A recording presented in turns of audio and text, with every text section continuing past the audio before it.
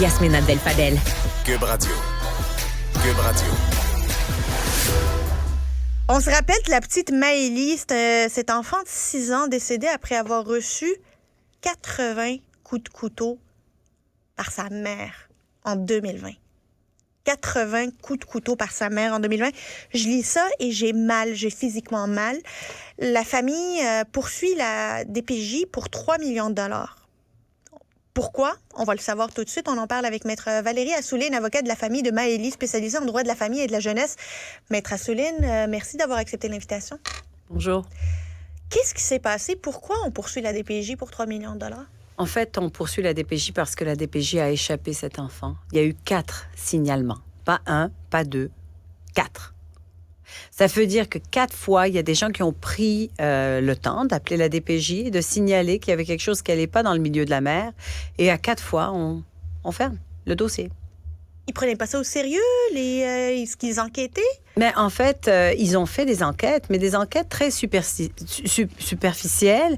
Et aussi, ce qui est très important, c'est que la sœur aînée, elle a signalé. Elle a mentionné que ça allait pas dans le milieu de sa mère. Elle a mentionné que sa mère prenait des drogues dures. Elle a mentionné qu'il y avait des mauvaises fréquentations et on l'a juste pas écoutée. À force de signaler, on a décidé de la placer à elle. Et ce qu'elle disait, je sais pas si vous avez eu la chance d'avoir quelques points de la conférence de presse, ce qu'elle dit, c'est on m'a placée dans un foyer de groupe alors que ce que j'avais besoin, c'était d'adultes bienveillants. Et j'avais besoin aussi qu'on protège ma petite sœur et on l'a pas protégée. Là, on dirait que la DPJ n'a pas retenu la leçon de la fillette de Granby. Non. Où on a des signalements, on ne fait rien. Oui. On se rend compte que finalement, l'enfant, il est martyrisé, il est tué.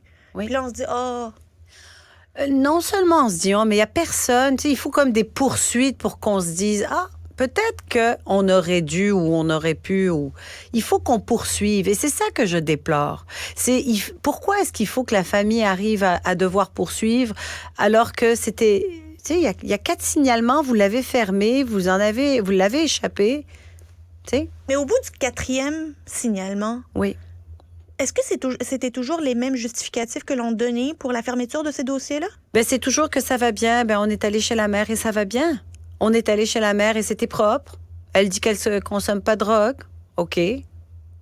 Mais les tentatives de suicide, et qu'est-ce qu'on s'attend? Qu'elle dise oui, je consomme de la drogue, j'ai fait... Tu sais, il fallait faire des vérifications. Et malheureusement, pour la famille, ces vérifications n'ont pas été faites. Et n'eût été pour eux, si ce dossier-là n'avait pas été fermé, Maëlie aurait été encore en vie. Est-ce que... la mère, elle a écopé de 10 ans de prison pour homicide involontaire. Oui. Est-ce que la famille est satisfaite de ce verdict-là?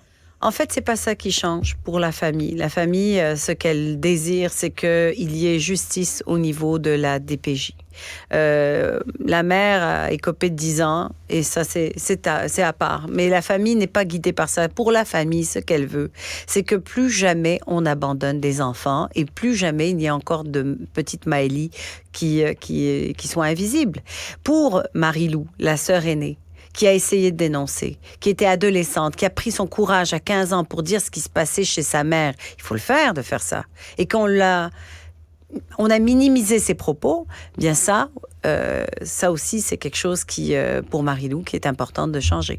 On parle de la famille de la petite Maëlie qui poursuit aujourd'hui. Qui, concrètement? Est-ce que c'est son père, sa sœur, ses grands-parents? Alors, c'est son père, c'est la grand-mère paternelle et c'est la sœur aînée qui est la sœur et la fille de la mère qui est en prison.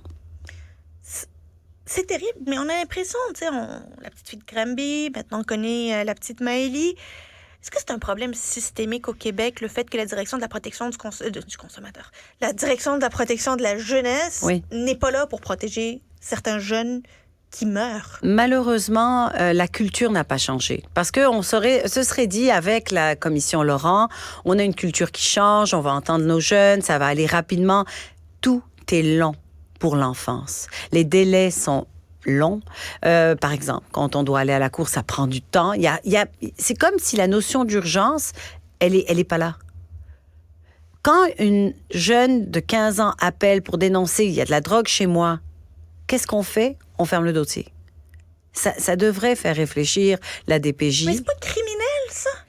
Mais, Non-assistance à personne en danger? c'est un droit qui est garanti par la charte et malheureusement, ce qu'on dit, c'est que Maëlie n'a pas pu... On a bafoué ses droits fondamentaux. Le droit à la vie, le droit à l'attention, le droit au secours. Ces droits ont été bafoués. Est-ce qu'on en aura d'autres, Maëlie? J'espère que non. Mais ce que je veux que la DPJ comprenne, c'est que tant et aussi longtemps qu'il y aura des drames comme cela, il y aura des poursuites. Il va falloir qu'il y ait des gens imputables. On ne peut pas continuer à se cacher derrière un système et dire « Ah, c'est le système ». C'est jamais la faute de personne, c'est toujours la faute de l'autre, et pas moi, c'est l'autre. Non. Il y a des failles et il va falloir s'assurer qu'il n'y a plus d'autres enfants qui décèdent et qu'on oublie. Il va falloir que la DPJ se prépare avant de commencer à nous parler de protection de l'enfance, celle qui échappe les enfants et ce qui mène à leur décès. Maître Valérie Assouline, avocate de la famille de Maëlie, spécialisée en droit de la famille et de la jeunesse, merci beaucoup. Merci à vous.